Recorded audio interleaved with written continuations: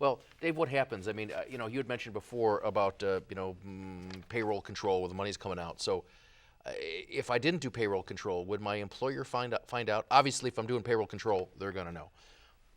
But if I didn't want to do that? Well, your employer only needs to find out if you're either on payroll control or if there's a garnishment pending, and therefore we need to send proof of your Chapter 13 bankruptcy filing to your employer to stop the garnishment. Otherwise, your employer does not need to know. Your neighbors don't need to know. Your friends don't need to know. You can kind of keep this covert. The only way someone would know is if they're either your employer and we need to stop a garnishment, they're a creditor in your case and they have to receive notice, or 3, they're a nosy neighbor, they go down to the bankruptcy court and type into your name into the database, which is not highly likely.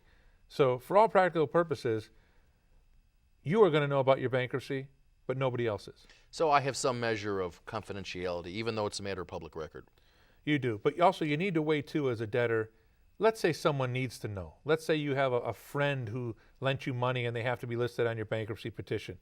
You have to weigh the benefit of getting out of debt or getting into this reorganization plan versus not having a person know about your bankruptcy. This is federal law. This is your right to reorganize. I wouldn't be so concerned about everybody knowing about it. Be concerned about what kind of relief that you're going to get under this chapter. But I have to list everything, right? So let's say I owe my friend Dan $500 and my friend Mark $1,000. Yes, you need to list everybody you owe money to, even a family member, even a friend. Even if it's not in writing. Even if it's not in writing.